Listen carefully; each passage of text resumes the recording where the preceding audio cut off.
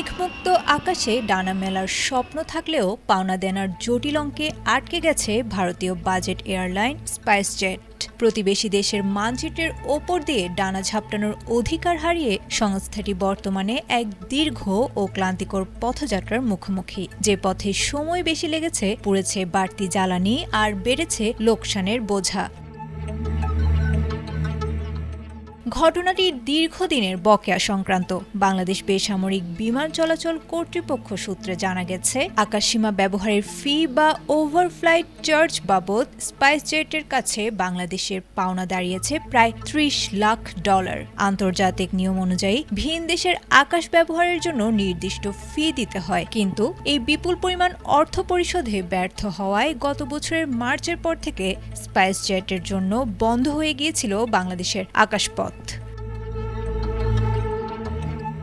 Flight tracking website flight radar 24-এর তথ্য অনুযায়ী কলকাতা থেকে উত্তর পূর্ব ভারতের গুয়াহাটি ফ্লাইটগুলো যেতে পারেনি বাংলাদেশের ওপর দিয়ে। এর ফলে আকাশপথের সেই চেনা ছোট রুট বদলে অনেকটা পথ ঘুরে গন্তব্যে পৌঁছাতে হয়েছিল তাদের। এতে উড়োজাহাজগুলোর পরিচালন ব্যয় যেমন বেড়েছে, তেমনি লোকসানে থাকা এয়ারলাইনটির শেয়ার বাজারেও পড়েছে নেতিবাচক প্রভাব।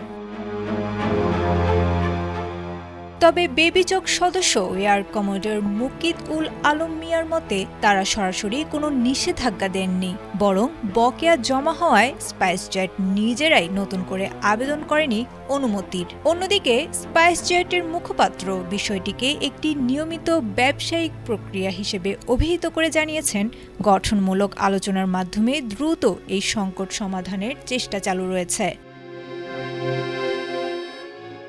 সংকটটি পুরনো হলেও সম্প্রতি ভারতীয় সংবাদ মাধ্যম এনডিটিভিতে বিষয়টি নতুন করে আলোচনায় আসায় চাঞ্চল্য তৈরি হয়েছে। এখন দেখার বিষয়, $30 লাখ এই জটিলতা কাটিয়ে স্পাইসজেট কবে নাগাদ আবার বাংলাদেশের নীল আকাশে ফেরার অনুমতি পায়।